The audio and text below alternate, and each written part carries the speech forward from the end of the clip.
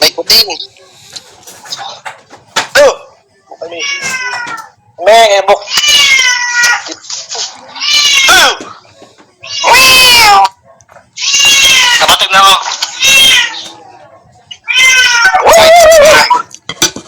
Good morning everyone. Today I will discuss my report. As my title is Strategies for Becoming a Better Speaker. My introduction. The report delves into 6 crucial strategies.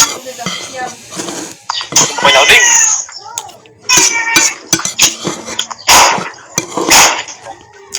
Speaking skill, their significance in fostering effective communication in both personal and professional realms. Thoughts, exploration, and practical to ultimately the path towards becoming a represent speaker.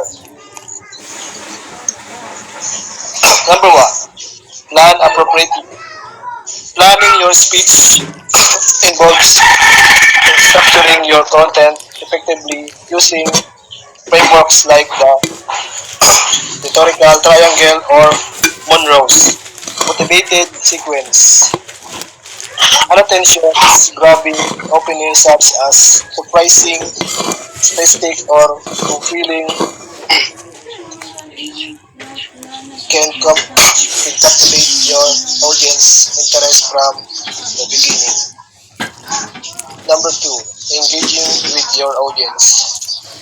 Engaging the audience fosters connection and active participation, asking targeted question and encouraging interaction creates a dynamic atmosphere. Avoiding language that authority such as using qualifiers like just enhance speaker credibility. Example, during a sales presentation, inviting audience members to share their experience with the product, encourage involvement and builds rapport. Number 3, paying attention to body language. Body language communicates several cues about the speaker, confidence and conviction. Maintaining good posture, making eye contact, and using natural gestures enhance audience engagement.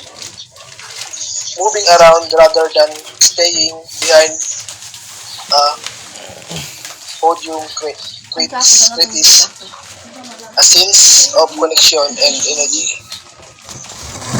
For example, a confident speaker uses open posture and maintains eye contact while delivering a persuasive argument, conveying credibility and conviction.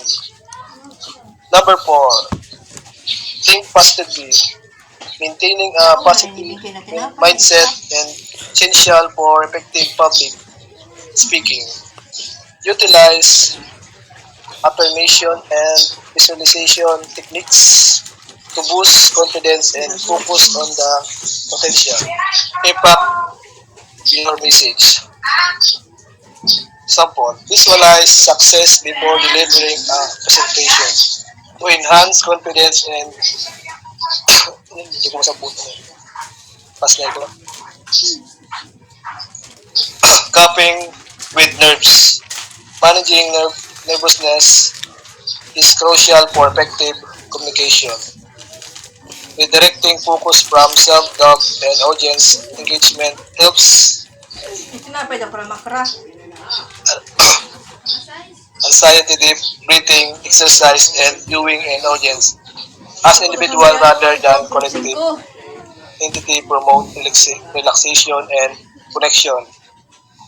For example, imagining the audience as supportive allies rather than intimidating spectators reduces performance anxiety and enhance speaker confidence.